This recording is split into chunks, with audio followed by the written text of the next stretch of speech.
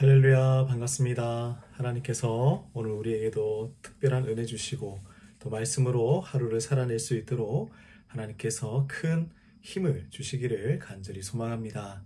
자, 오늘 우리 함께 나눌 말씀은 마태복음 10장 말씀입니다. 오늘 이 10장의 내용은요, 예수님께서 12제자를 보내시는 장면을 보여줍니다. 예수님은 제자들을 세상으로 보내시면서 그들이 직면하게 될 어려움과 도전들에 대해서 말씀해 주시는데요. 그래서 제자들에게 예수님은 힘을 가지고 용기를 가져라 라고 격려해 주시고 있습니다. 자, 먼저 마태복음 10장 말씀을 우리 한번 살펴보면요. 예수님께서 제자들에게 그들이 가야 할 길이 결코 쉬운 길이 아니다 라는 것을 말씀합니다. 16절 말씀에서 예수님은 이렇게 말씀을 하시는데요.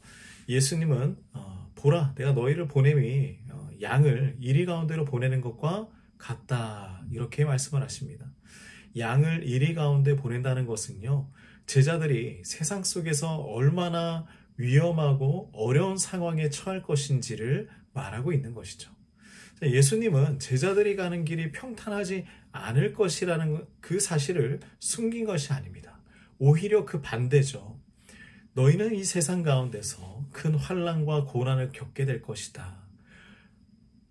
큰 어려움이 있을 것이다. 그래서 미리 대비하라 라고 말씀을 하고 있는 것입니다.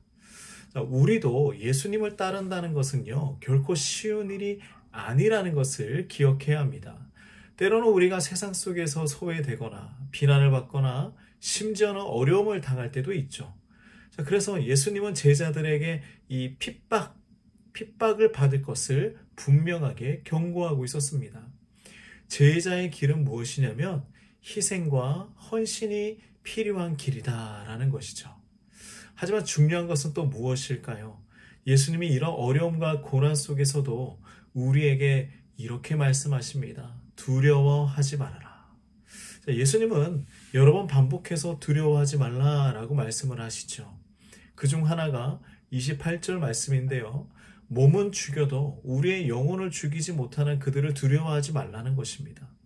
여기서 예수님은 우리에게 세상적인 두려움을 뛰어넘으라고 말씀하고 있는 거예요. 사람들은 우리의 외적인 것, 물질적인 것, 심지어는 생명을 위협할 수 있지만 우리의 영혼을 손댈 수 있는 분은 누구십니까? 오직 주님밖에 없다는 거예요.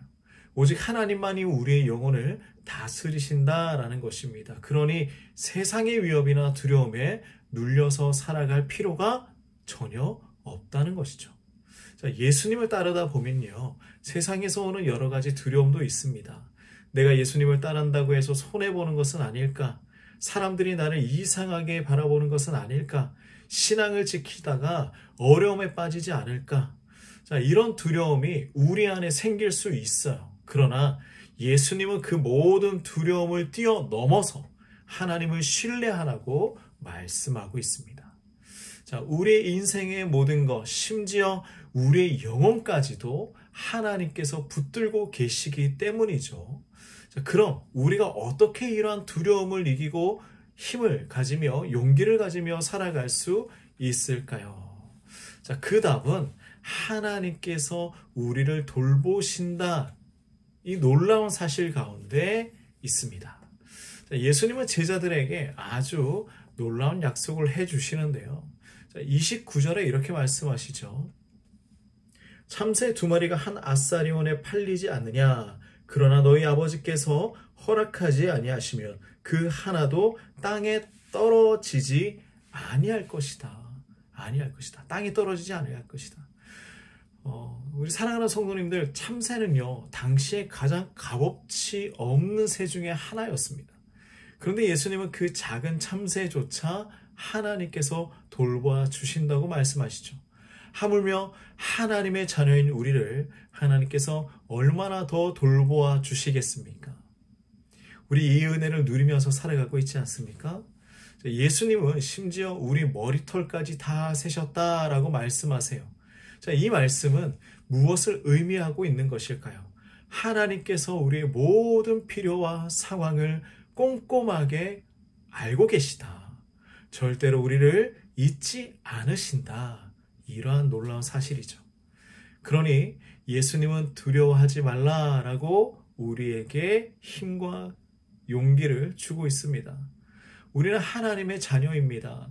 우리의 삶 속에서 어떤 도전과 어려움이 닥쳐올지라도 하나님은 우리를 철저히 알고 계십니다. 그리고 우리를 결코 외면하지 않으십니다. 이제 우리는 제자로서 용기를 낼 수 있어야 합니다. 예수님은 제자들에게 두려워하지 말라고 말씀하신 후에 그들이 담대히 나아가기를 간절히 원하셨어요. 자, 마태복음 10장 32절, 33절 말씀을 보면요, 이렇게 말씀하시죠.